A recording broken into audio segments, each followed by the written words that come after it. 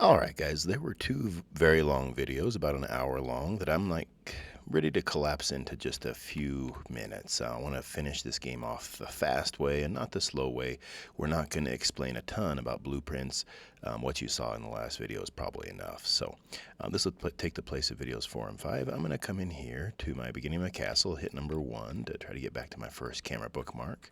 And let's go to content, hour of code. Hopefully you made that a colored folder, and blueprints. And if you haven't already, you should have several coins out. I'm going to put one at the beginning, and I'm going to drag out a gem too, and put it at the beginning, okay? And the reason I'm doing that is I'm going to hit play, and we should be playing from the beginning, and I got some tinkles when I get those things, but I don't have any way of knowing how many gems or how many coins I've got. And we're going to put a lot of coins and gems. That'll probably be the most fun part, except for trying to beat the level. So let's go back to Hour of Code. And if you've never heard of a thing called a HUD, a HUD is a heads-up display in a game where you can see your score, your health, and that kind of stuff. And here's some examples. It's basically the overlay on top that has menus that really aren't part of the game in most cases. So there's a HUD here in the Hour of Code widgets. Unreal Engine calls the HUD, or heads-up display. It calls it a widget. We're going to double click on WHUD, okay? Not much going on here. You can't see anything really until you come over to the left side where it says W_HUD, and we want to go to coins and gems over here. Now this is already set up for us, and we're not going to explain how it works. It's a little bit advanced. We'll learn the basics of our own text on the screen later. But I'm going to go to coins counter, coin 0. You can come over here on the right side where it says appearance and color and opacity. Okay, I'm not going to click on the they're both the same. I'm going to click here, and you can change the color of the text. And yellow is probably a good color since the coins are yellow. But notice here there's a bunch of gray checkers, and down here. The red, green, and blue are the way it mixes colors to make all the colors. But the A down here, if you've never seen an alpha, it's the opacity or the transparency. And I'm going to make sure that's not 0. It's got to be from 0 up to 100%, or you can just click and type 1. So make sure the A says 1.0 and hit OK. And again, we're on the coins counter, color and opacity right there. And notice that half the transparency side, the gray and white checkers, gray and dark gray checkers, they disappeared.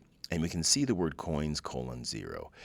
That's all their exercise was in the other video, was to hide that from us. And it's not really that fun to go mess with. So here we go. We're going to go gems counter, where gems is 0. Look for the gray and dark gray checkers. Click. Again, we're taking that A value from 0 up to 1 and hit OK.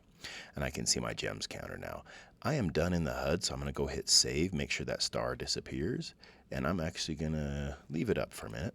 And I'm going to go hit play again, and you'll see that the gems works, but the coins doesn't. Okay, so we do have to go fix the coins blueprint. So if we go from widgets back to Hour of Code and find the blueprints folder, you'll see that, remember, the gem works and the coin doesn't work. So let's go compare them. I'm going to double click on that gem blueprint, and then I'm going to double click on the coin blueprint. So that was kind of fast, sorry. The pink one, double click and you'll get the gem one open, and then double click on the coin one and you'll get that one open. And they both look kind of similar. Remember, the coin one is broken. And I'm going to pause real quick. I forgot. Oh, I remember now. Okay, so the gem, you'll see that has this little thing called update gems. And remember, if you haven't watched the previous video on how blueprints works, it's like a flow chart kind of. You start on these red ones, and these white arrows, these white things, you get connected by white lines, and it means start here. This is an event that happens somewhere in the game. In this case, we overlapped the sphere collider on the gem, and it jumps over to here, and it finds our game, and it gets the gem count from it, adds 1 to it, and sets that value, plays the sound, which we did here, and then it destroys the gem and updates the gem counter on the HUD. Okay, and notice these are all connected by white arrows. If I come over to the coin one, it's the same code pretty much, the same arrows. Oh, I overlapped a coin. I'm going to cast to my game, or fetch the game increase the coin counter on the game by 1. And right here you can see it sets the coin counter, jumps over to here, and it doesn't do the update coins. This kind of just comes in from the side. So all you have to do is where it's the green part on BP coin, blueprint coin, where it says activity 5, is you take this in the green where it says set coin count, you run it over to update coins, and then make sure that's connected back to play sound at location. And so now that flows. So let's go hit, oh sorry, we gotta save that blueprint or compile it or do both. Make sure it has a green check. Now come hit play, and we should see our coin counter goes up and our gems goes up. And I'm gonna, oh crap, I died again. I'm gonna go play from outside, and I've actually got a little add-on right here. Play from here. I kind of hid a coin or a gem. Oh man, I'm so bad. Play from there, buddy. Come on, grammar, you can do it.